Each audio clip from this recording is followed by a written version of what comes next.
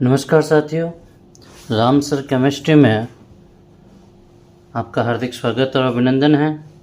हम पढ़ रहे हैं कक्षा 11th रसायन विज्ञान, जिसमें अध्याय पहला चल रहा है रसायन विज्ञान की मूलभूत अवधारणा। अपन ने क्या क्या पढ़ा था वो एक बार चर्चा करें तो अपन ने द्रव्य के गुणधर्म अपन ने पढ़ लिए थे कि द्रव्य के गुणधर्म क्या होते हैं, द्रव्य के कितने कितने प्रकार होते हैं, ठोस द्रव गैस क्या होते हैं, इनकी क्या क्या विशेषता होती है। ये सारी चीज़ें अपन ने पिछली क्लास के अंदर पढ़ ली थी। यदि कोई नया स्टूडेंट है तो वो पिछली क्लास में जाकर देख सकता है। इसके लिए आपको राम सर केमिस्ट्री पे जाना है, प्लेलिस्ट में जाना है, उसके बाद में कक्षा 11th में जाकर आपको राम सर केमिस्ट्री से सर्च करना है तो आपको मेरा वीडियो मिल जाएगा। बहुत ही सरल और आसान भाषा में पढ़ रहे हैं। तो आज का जो टॉपिक है वो है द्रव्य, द्रव्य के गुणधर्म। द्रव्य के गुणधर्म कितने होते हैं तो ध्यान रखना, द्रव्य को दो भागों में बांटा गया। कितने भागों में बांटा गया है? दो भागों में बांटा गया। तो ये दो भाग है कौन कौन से? ये दो भाग कौन कौन से हैं? तो पहला जो गुणधर्म होता है वो होता है भौतिक गुणधर्म। याद हो जाएगा आपको, पहला कौन सा होता है? भौतिक गुणधर्म। भौतिक गुणधर्म क्या होता है? और दूसरा जो होता है वो होता है रासायनिक गुणधर्म। रासायनिक गुणधर्म बात करूँ, दोनों में अंतर क्या है, दोनों की परिभाषा क्या है, दोनों में विशेषताएं क्या है? तो जो भौतिक गुणधर्म होता है वो द्रव्य के गुणधर्म, जिनको द्रव्य के जो संगठन होता है उस संगठन में किसी प्रकार का कोई परिवर्तन नहीं होता है। संगठन में परिवर्तन किए बिना ही इसको अपन क्या कर सकते हैं? माप सकते हैं या इसको अपन देख सकते हैं। तो ऐसे गुणधर्म क्या होते हैं? भौतिक गुणधर्म कहलाता है, जिसके संगठन में किसी प्रकार का कोई परिवर्तन नहीं करेंगे और अपन इसको क्या करेंगे? माप सकते हैं, देख सकते हैं। ये जरूरी नहीं है कि भौतिक गुणधर्म में रासायनिक परिवर्तन होगा। ये कोई जरूरी नहीं है, ये कोई आवश्यक नहीं है कि भौतिक गुणधर्म के मापन के लिए रासायनिक परिवर्तन होना आवश्यक है। जैसे उदाहरण के रूप में यदि मैं इसकी बात करूं तो उदाहरण क्या है? जैसे रंग है, गंध है, गलनांक है, ये सब इसके क्या है? क्वथनांक है। ये सब क्या है? इस किसी भी द्रव्य के भौतिक गुणधर्म होते हैं। बात करूं रासायनिक गुणधर्म की, तो रासायनिक गुणधर्म में क्या है? एक तो पहली चीज, किसी न किसी संगठन में क्या होगा? कोई भी द्रव्य है तो उसके संगठन में परिवर्तन होगा। क्या होगा? संगठन में परिवर्तन होगा। जब संगठन में परिवर्तन होगा तो परिवर्तन करके उसको क्या करेंगे? अपन उसका मापन करेंगे। क्या करेंगे? उसका मापन करेंगे।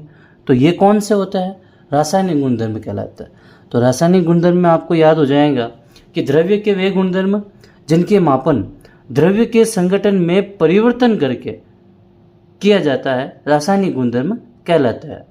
रासायनिक गुणधर्मों के मापन के लिए द्रव्य के अंदर रासायनिक परिवर्तन होना आवश्यक है। कौन सा परिवर्तन होगा? रासायनिक परिवर्तन होगा। और रासायनिक परिवर्तन कब होगा? जब उसके संगठन में परिवर्तन होगा। संगठन में परिवर्तन होगा तभी तो रासायनिक परिवर्तन होगा, अन्यथा ऐसे ही तो परिवर्तन होगा नहीं।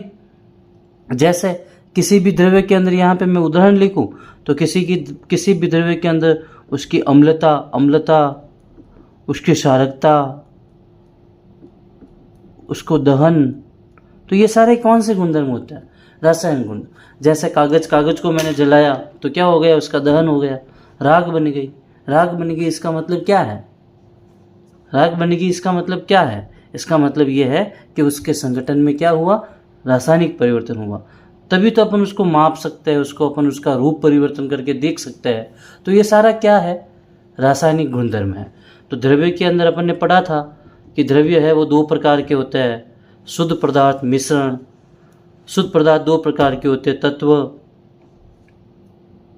यौगिक, समांगी मिश्रण, विषमांगी मिश्रण। ये सारी चीज़ें अपने पिछली क्लास के अंदर पढ़ लिया था। चलो बात करूँ आज हमारा टॉपिक क्या है। तो आज अपन टॉपिक के बारे में बात करें तो अपना जो टॉपिक है वो वेरी वेरी इंपॉर्टेंट टॉपिक है, जिसका नाम है रसायन विज्ञान में मापन। रसायन विज्ञान में मापन। रसायन विज्ञान में मापन किस प्रकार से होगा? रसायन विज्ञान में मापन क्या होगा? तो ध्यान रखना, किसी भी भौतिक राशि को यदि अपन मापेंगे, यदि किसी भी अपन भौतिक राशि को मापेंगे तो उसके लिए अपन को क्या आवश्यकता होती है? मात्रक की आवश्यकता होती है। किसकी आवश्यकता होती है? मात्रक की आवश्यकता होती है। और मात्रक क्या होता है? बात करूं मात्रक की, तो मात्रक की परिभाषा आपको ध्यान में होनी चाहिए।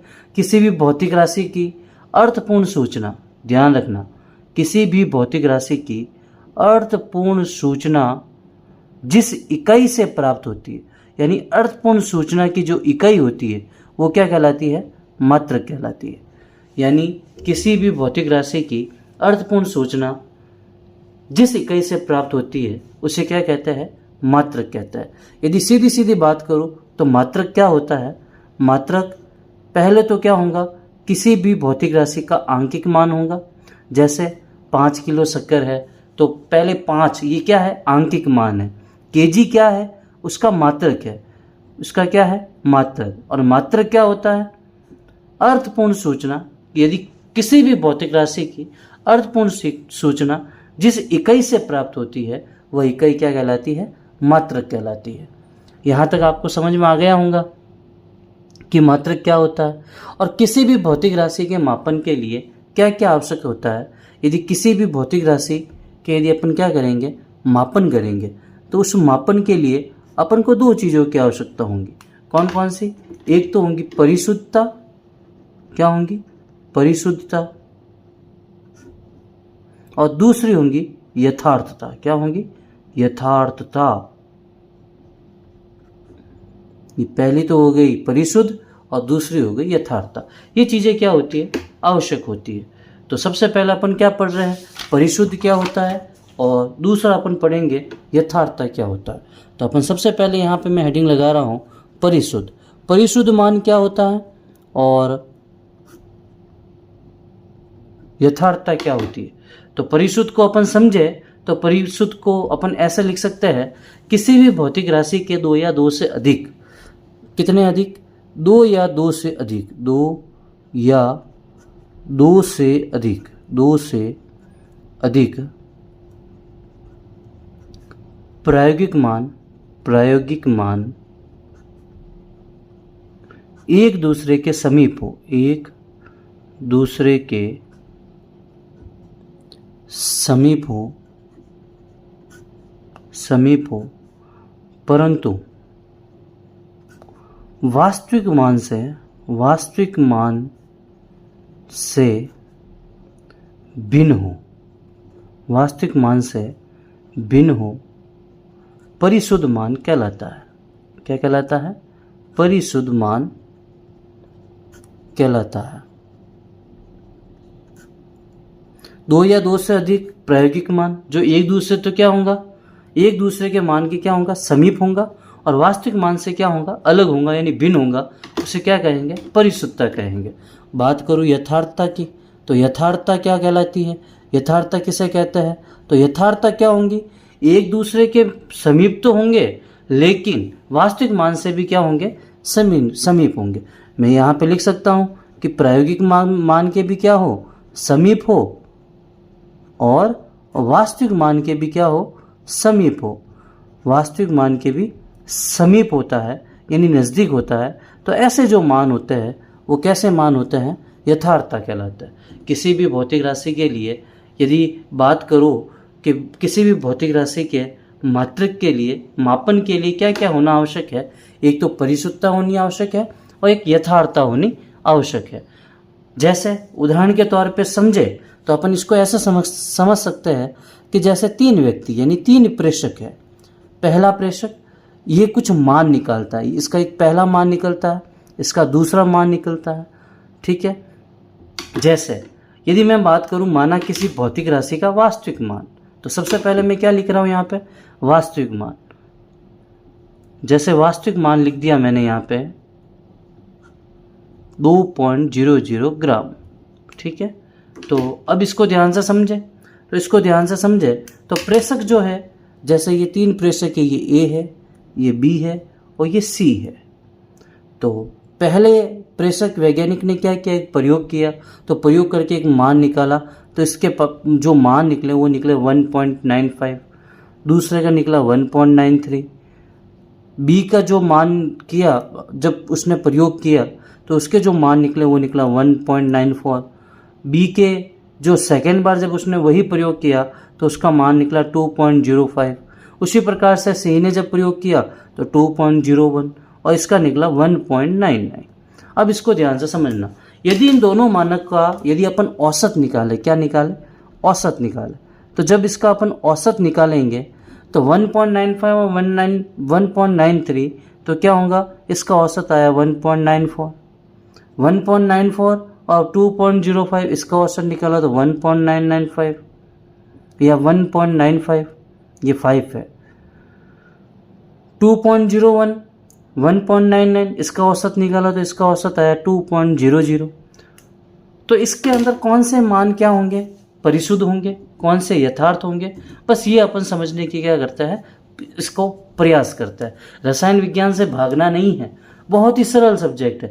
जैसे जैसे आप पढ़ोगे वैसे वैसा आपको बहुत ज़्यादा सरल लगेगा, क्योंकि आप जब तक पढ़ोगे नहीं, क्योंकि विज्ञान विषय से आप क्या करते हो, भागते हो, और रसायन विज्ञान तो बहुत ही सरल विषय है। सबसे आसान सब्जेक्ट है वो कौन सा है, रसायन विज्ञान।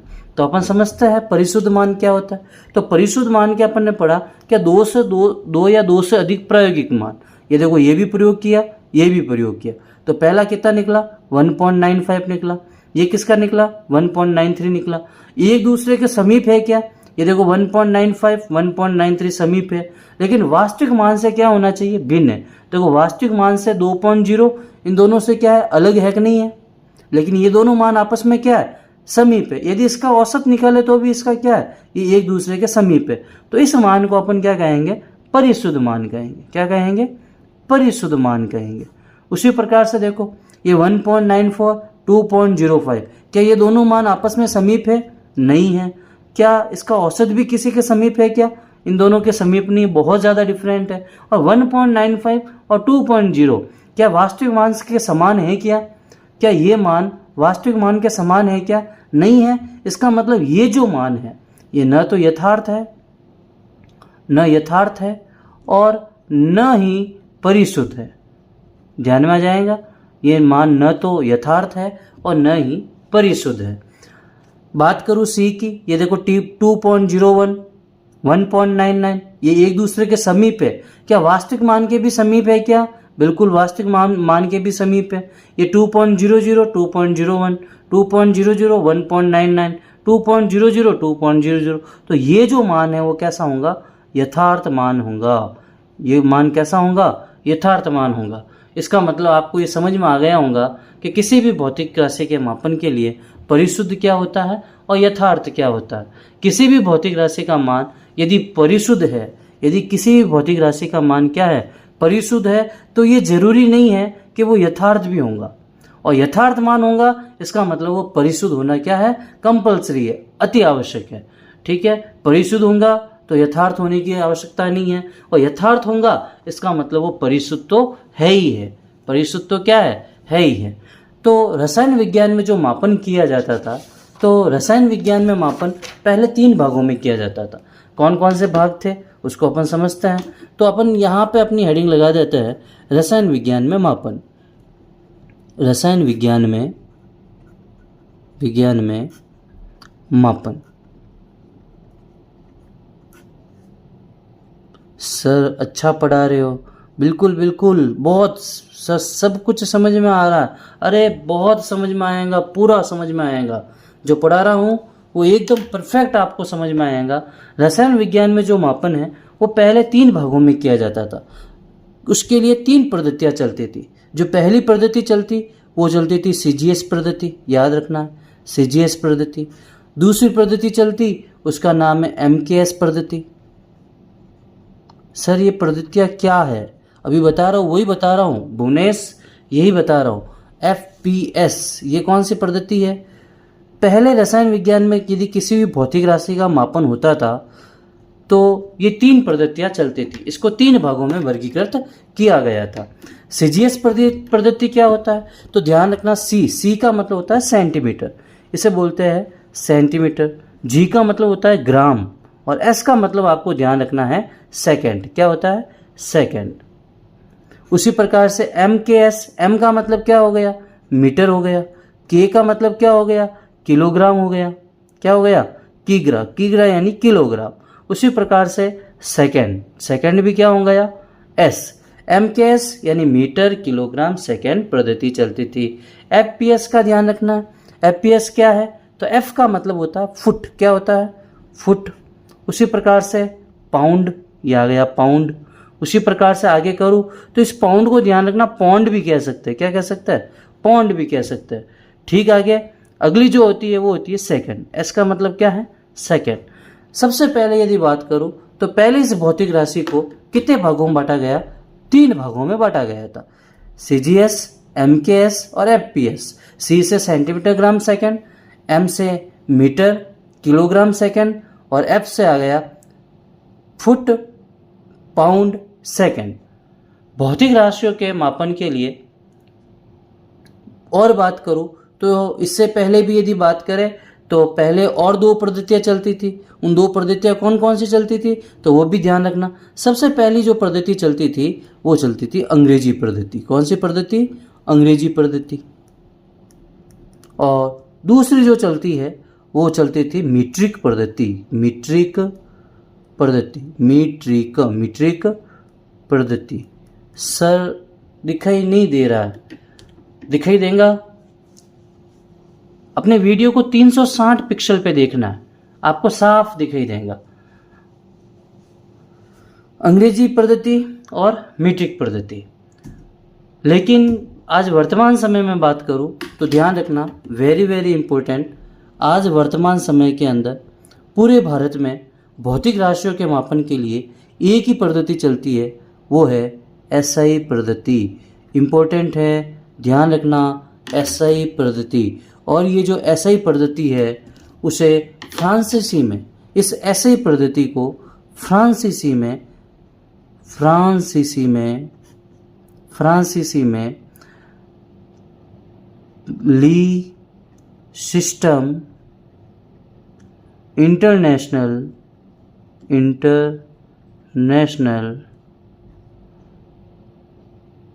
डी यूनिट्स कहते हैं। फ्रांसीसी में एसआई पद्धति को ली सिस्टम इंटरनेशनल यूनिट कहते हैं। और यदि बात करूँ एसआई पद्धति का पूरा नाम, तो पूरा नाम यही है, सिस्टम ऑफ इंटरनेशनल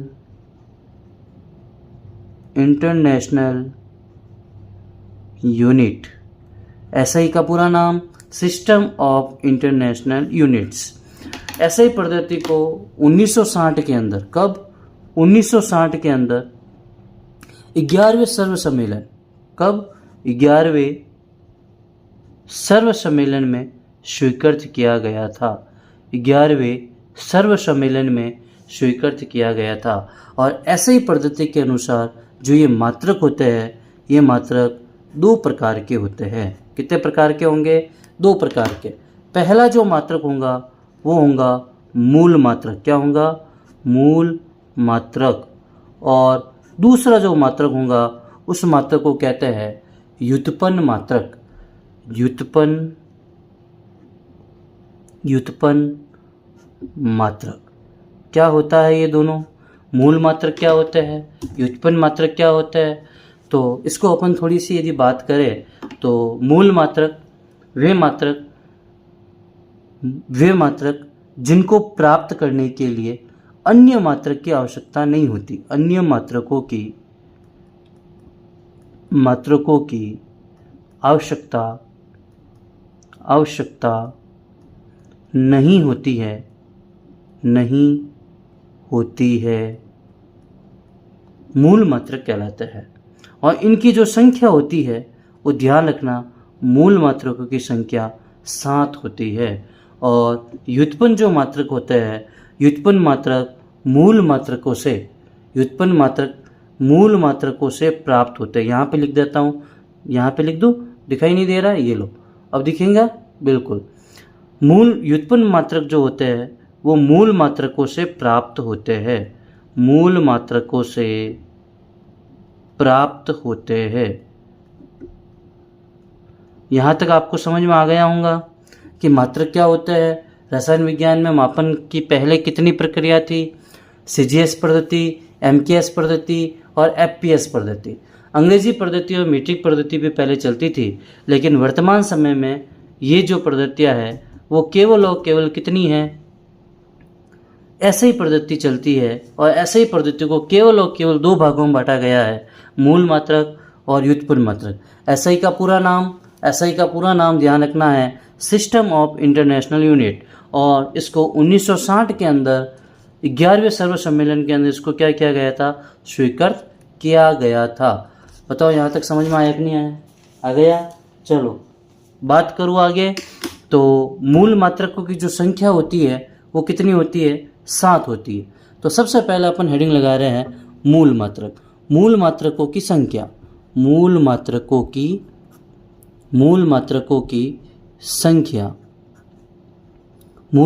की संख्या कितनी होती है?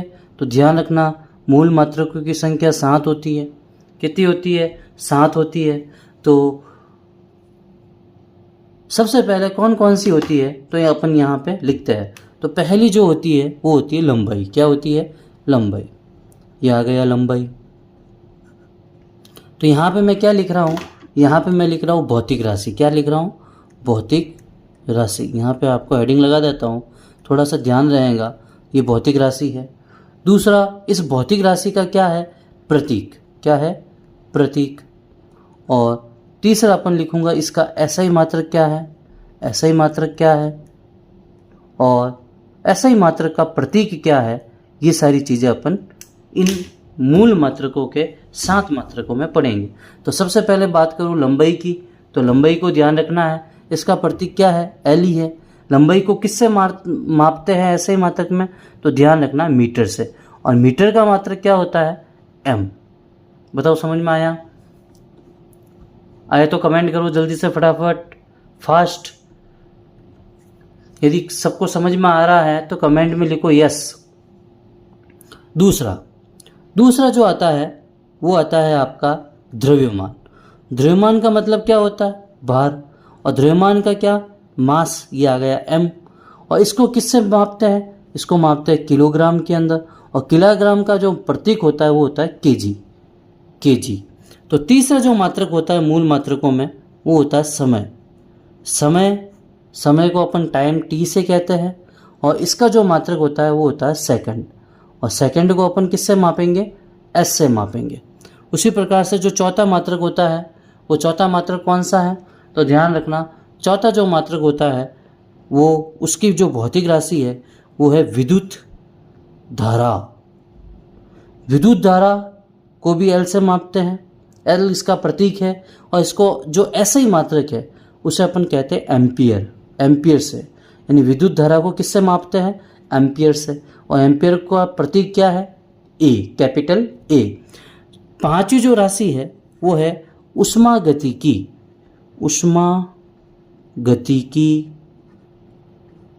या फिर इसको अपन कह सकते हैं तापक्रम या ताप। तो इसका जो है वो प्रतीक है T, और इसको मापने के लिए जो SI मात्रक है वो आता है केल्विन। क्या आता है? केल्विन। और केल्विन को अपन किससे? कैपिटल K से लिखते हैं। उसी प्रकार से जो छठा है वो भौतिक राशि है पदार्थ की मात्रा। और पदार्थ की मात्रा को अपन किससे मापेंगे? इसका प्रतीक क्या होगा? तो सबसे पहले इसके प्रतीक लिखे, तो प्रतीक अपन लिखते हैं N। जैसे मोलों की संख्या किससे लिखते हैं? N। तो SI मात्रक क्या है इसका? SI मात्रक होता है मोल। तो ये आ गया आपके पास MOL, ये आ गया मोल। ठीक है। चलो बात करूँ सातवां, तो सातवां जो होता है वो होता है ज्योति तीव्रता। प्रतीक IV। किस SI मात्रक? ध्यान रखना कैंडेला से क्या करते हैं? ज्योति तीव्रता को मापा जाता है, यानी मापन किया जाता है, और इसका प्रतीक क्या होगा? CD। इस प्रकार से आपको यहाँ पर समझ में आ गया होगा कि मूल मात्रकों की जो संख्या होती है वो कितनी होती है? 7 होती है, और सात कौन कौन सी होती है वो भी आपको समझ में आ गया होगा। सात कौन कौन सी होती है वो भी समझ में आ गया होगा। तो आपको ये सारणी समझ में आ गई होंगी कि लंबाई का क्या है, किससे मापते हैं, मीटर से मापते हैं। द्रव्यमान का ऐसे ही मात्रक क्या है, किलोग्राम है। उसी प्रकार से समय का क्या है, सेकंड है। विद्युत धारा का क्या है, एम्पियर है। ऊष्मागतिकी का क्या है, केल्विन है।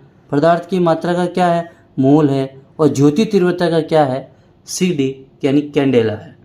यहाँ तक आपको समझ में आ गया। यानी मूल मात्रकों की संख्या क्या होती है, 7 होती है। मूल मात्रक किसे कहते हैं, वे मात्रक जिनके मापन के लिए अन्य किसी मात्रकों की आवश्यकता नहीं होती है, वह मूल मात्रक कहलाता है। जबकि व्युत्पन्न मात्रक वे मात्रक जिन्हें मूल मात्रकों से क्या किया जाता है, प्राप्त किया जाता है। जैसे अपन इसको यदि समझे तो अपन व्युत्पन्न मात्रक को इस प्रकार से समझ सकते हैं। जैसे यहाँ पे मैं हेडिंग लगाऊं व्युत्पन्न मात्रक, तो व्युत्पन्न मात्रक क्या होते हैं, इसको अपन समझे तो व्युत्पन्न मात्रक वे होते हैं कि इन मात्रकों को किससे प्राप्त किया जाता है, मूल मात्रकों से प्राप्त होते हैं। मूल मात्रकों से प्राप्त किया जाता है। कैसे किया जाता है, जैसे समझते हैं। जैसे यदि अपन को क्षेत्रफल निकालना है तो क्षेत्रफल का जो मात्रक होता है वो होता है मीटर स्क्वायर। क्षेत्रफल का मात्रक क्या होता है, मीटर स्क्वायर। ठीक है। उसी प्रकार से ये क्या है, मीटर स्क्वायर व्युत्पन्न मात्रक है, क्योंकि क्षेत्रफल आ गया। यानी लंबाई की बात करें तो मीटर किसका मात्रक है, लंबाई का है। तो ये मीटर स्क्वायर क्या है, मीटर और मीटर बनके क्या है, मीटर स्क्वायर बना है। ये जो किसका मात्रक है, क्षेत्रफल का मात्रक है। ठीक उसी प्रकार से यदि आयतन का निकालूं, आयतन का मात्रक निकालूंगा तो क्या बन जाएगा, मीटर क्यूब। यदि मीटर में है तो मीटर क्यूब, क्योंकि मीटर इंटू मीटर बराबर क्या बना, मीटर क्यूब बना। तो बताओ ये जो मीटर है वो कौन सा मात्रक है, मूल मात्रक है। किसका है, लंबाई का है। जब ये मीटर बने तो ये क्या बना, मीटर क्यूब बना। किससे प्राप्त हुआ, मूल मात्रकों से प्राप्त हुआ। मूल मात्रकों से प्राप्त होने वाला मात्रक व्युत्पन्न मात्रक कहलाता है। बताओ यहाँ तक समझ में आया कि नहीं आया, बिल्कुल समझ में आया होगा। यानी अपन ने क्या क्या पढ़ा, द्रव्य के गुणधर्म के बारे में अपन ने पढ़ा है कि द्रव्य के 2 प्रकार के गुणधर्म होते हैं। उसके बाद में अपन ने रसायन विज्ञान में मापन किस प्रकार से किया जाता है, कौन कौन सी पद्धतियाँ हैं, उसमें से ऐसे ही पद्धति के मूल मात्रक और व्युत्पन्न मात्रक की आज के क्लास के अंदर अपन ने चर्चा की है। चैनल को लाइक करना है, सब्सक्राइब करना है, अपने दोस्तों तक शेयर करना है, जिससे रसायन विज्ञान को समझने के लिए, और जो विद्यार्थी रसायन विज्ञान से भागते हैं कि रसायन विज्ञान तो समझ में ही नहीं आती सर, उन सभी विद्यार्थियों को क्या करना है, आगे भेजना है, जिससे रसायन विज्ञान उनको बहुत ज़्यादा सरल लगे। और रसायन विज्ञान सबसे सरल विषय है। आज की क्लास के लिए केवल इतना ही। धन्यवाद।